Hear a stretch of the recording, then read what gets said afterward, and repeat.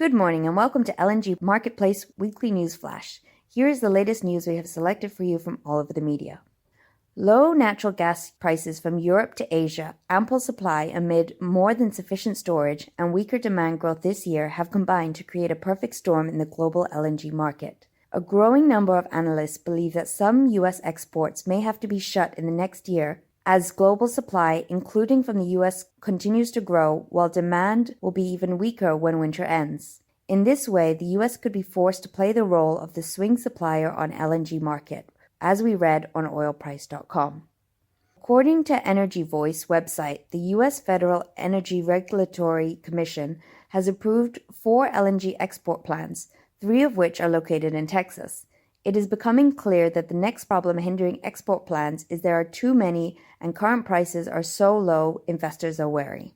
Amid depressed prices, the British wholesale gas rose as withdrawals from storage tanks dropped and supplies from countries' LNG terminals remained low, leaving the market undersupplied, states Hellenic Shipping News. France's LNG and Rubis terminal have signed a preliminary agreement to build Central European LNG storage facility. The project stems from greater demand to supply LNG to the more gas-isolated Central Western European regions and is targeting the retail LNG needs in the industrial and transport sectors. The site would be in a strategic location to supply LNG to France, Austria, southern Germany, and Switzerland, as we read on S&P Global Platts. Algeria's natural gas pipeline exports to Europe are getting squeezed by cheaper Russian supplies and global abundance of the liquefied form of the fuel. European clients of Sonatrach have greatly reduced their demand for conventional gas from Algeria. Algeria is the third biggest gas supplier to Europe. Its lower pipeline exports are evidence of how new LNG supplies are overwhelming the market and driving prices lower. This we read on Bloomberg. Gunvor and Commonwealth LNG have entered into a strategic LNG marketing and gas supply agreement in relation to Commonwealth's LNG export project in Louisiana. Under the agreement, Gunvor will support Commonwealth in securing LNG offtake for the full capacity of the facility. The pact is unique in that it allows Commonwealth to shift the burden of finding buyers onto a third-party marketer. With Gunvor's backing, Commonwealth will create the lowest cost offering on the U.S. Gulf Coast, as we read on Business Wire and World Oil website. Flex LNG has entered into a long-term time charter with the subsidiary of Gunvor.